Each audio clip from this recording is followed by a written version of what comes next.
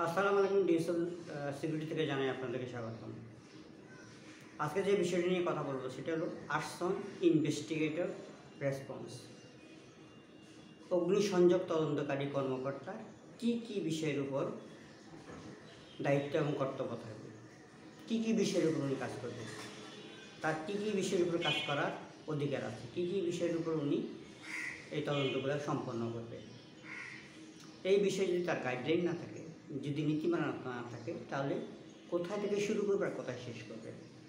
ধরুন অগ্নিসংযোগ যখনই হবে তখন কোনো লোক আহত হলো, কোনো লোক নিহত হলো, তার যে স্পেসিফিক কাজগুলো, সেই স্পেসিফিক কাজগুলো কীভাবে সম্পন্ন করবে এই বিষয়ে আলোকপাত করব। যদি কোনো লোক আহত বা নিহত হয় তাকে হসপিটালে নিয়ে যাওয়া এবং তার হসপিটালের যে রিপোর্টেশনটা সেটা উনি কালেক্ট করবে।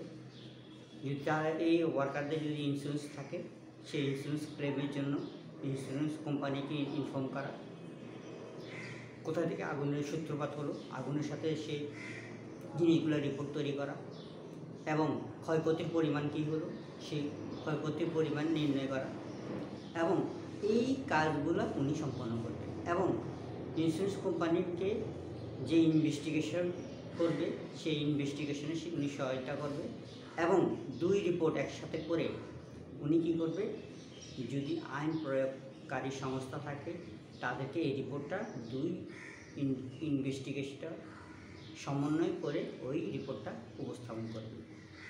একতরফা যদি রিপোর্টটা সাবমিট করে তাহলে কী হবে, যখন ইন্স্যুরেন্স থেকে লোক আসবে, সেই লোক যখন ইনভেস্টিগেশন করবে করে উনি যখন রিপোর্টটা দেবেন, সেই দুই রিপোর্ট একই না হতে পারে। তাহলে কী হবে, দুই রকম মতবিরোধ সৃষ্টি হবে। যাতে দুই রকম মতবিরোধ সৃষ্টি না হয় সেই জন্য কী করতে হবে, সমন্বয় করে একই জায়গায় প্রয়োজনে বসে একই রকম রিপোর্ট তৈরি করবে। হয়তো একজনের চোখে একরকম ধরা পড়লো, আরেকজনের চোখে আরেক রকম ধরা পড়লো। তাহলে কী হবে, প্রয়োজনে দুই ইনভেস্টিগেটর একসাথে একত্রিত হয়ে একটা রিপোর্ট তৈরি করবে। দুইজন দুই রকম দুই মতের হতে পারে, কিন্তু প্রতিটা জিনিস বা প্রতিটা রিপোর্ট যখন তৈরি করবে একজন আরেকজনের সাথে লিয়াজো করলে জিনিসটা কী হবে, সুন্দরভাবে হবে এবং সঠিক জিনিস তদন্ত বের আসবে। এবং যখন তদন্ত করবে অবশ্যই 2 থেকে 3 জনের একটি টিম তৈরি করতে হবে। উনি একা রিপোর্ট তৈরি করবে তাহলে কিন্তু হবে না। এই রিপোর্ট তৈরি করার জন্য এই ইনভেস্টিগেটর যিনি থাকবেন তার রেসপন্সিবিলিটি এটা থাকবে যে ওনার দায়িত্বে হয়তো এইচআরের একজন লোক থাকবে, অ্যাকাউন্টসের লোক হতে পারে, বা অ্যাডমিনের লোক হইতে পারে, বা কোনো জিএম লেভেলের লোক হইতে পারে, যে এই টিমের এই লোকের ব্যতীত উনি রিপোর্ট তৈরি করতে পারবে না। তাহলে কী হবে, ওটা ওনার দায়িত্ব যে উনি ওনাদেরকে কালেক্ট করে এই রিপোর্টগুলো তৈরি করবে। এবং যখনই রিপোর্টগুলো তৈরি হয়ে যাবে প্রয়োজনে আবার এই টিমের সাথে বসে ডিসকাস করবে যে এই রিপোর্ট তৈরি করা হয়েছে, এই রিপোর্টে আমার মনে হয় এই জিনিসটা আমার চোখে পড়ছে। আবার ওনারা মতামত দেবে যে এই জিনিসগুলো আমার কাছে মনে হয় ডাউট হচ্ছে, এই জিনিসগুলো আবার দেখবে, প্রয়োজনে আবার রিভিউ করবে, রিভিউ করে দেখবে।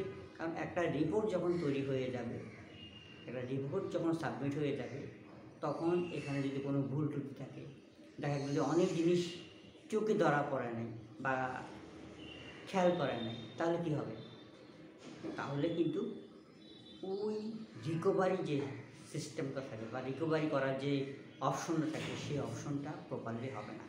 তাহলে কী করতে হবে, সেই জন্য প্রতিটা রিপোর্ট তৈরি করার সময় সমন্বয়টা খুবই দরকার। এটা যিনি ইনভেস্টিগেটর থাকবে ওনার রেসপন্সিবিলিটিটা ওইটুকু থাকবে যাতে করে উনি কোনোভাবে ছাড় না পায়, যাতে করে ওনার রিপোর্টে কোনো রকম গাফলা না থাকে। সেই জন্য সমন্বয়কারী যে টিম থাকবে সেই টিমে সমন্বয় করেই এই রিপোর্টগুলো তৈরি করতে হবে।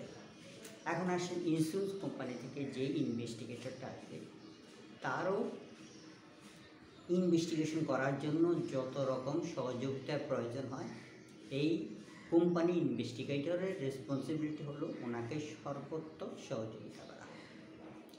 এবং যদি উনি সহযোগিতা না করে, যেহেতু উনি এই বিষয়ে পারদর্শী, সেই জন্য ওই পারদর্শী লোকটা ইন্স্যুরেন্স কোম্পানি থেকে যিনি ইনভেস্টিগেটর হিসেবে আসবেন বা ওখানে যদি কোনো টিম থাকে, সে টিমকে সম্পূর্ণভাবে সহযোগিতা করা ওনার কাজ, এবং ওনাদের যেরকম সাপোর্ট দরকার, যে ধরনের সহযোগিতা দরকার, সেই সহযোগিতা কোম্পানি যে ইনভেস্টিগেটর থাকবে ওনার এই রেসপন্সিবিলিটিতে এই জিনিস থাকবে। এখন আসেন, শুধু উনি সারা বছর তো আগুন লাগে না, কিন্তু এই যে ইনভেস্টিগেটর, তাহলে কি ওনার কাজটা এটা না, ওনার কাজটা আরও আছে। প্রতিনিয়ত সপ্তাহ বা মাসে বা 15 দিন অন্তর অন্তর উনি এই যে ফায়ার ইকুইপমেন্টগুলো রয়ে গেছে সেটার সাথে উনি ওতপ্রোতভাবে জড়িত থাকবে। কীভাবে থাকবে? উনি দেখবে কোথাও ফায়ার সিস্টেমটা ঠিক আছে কিনা, ফায়ার ফাইটিং যে টিম আছে তারা দক্ষতার সাথে কাজ করছে কিনা, তারা অ্যাওয়ারনেস আছে কিনা, তাদের ভিতরে সেই ফ্লেক্সিবিলিটি যে আছে কিনা, বা তারা কাজ করতে তাদের যে দক্ষতা, তাদের যে ট্রেনটা বা তাদের যে ইকুইপমেন্টগুলো সেগুলা সঠিক জায়গায় সঠিকভাবে আছে কিনা, এবং তারা এগুলা অপারেট করার জন্য তাদের সেই সুযোগ সুবিধাগুলো দেওয়া আছে কিনা, এবং তাদের যে টিম করে দেওয়া আছে সেই টিমগুলো এই কাজগুলো সম্পন্ন করতে পারদর্শী কিনা। এই জিনিসগুলো যদি ইনভেস্টিগেটরের রেসপন্সিবিলিটির সাথে হুক করে দেওয়া যায়, তাহলে কি আউটপুটটা অনেক বেশি ভালো পাওয়া যাবে।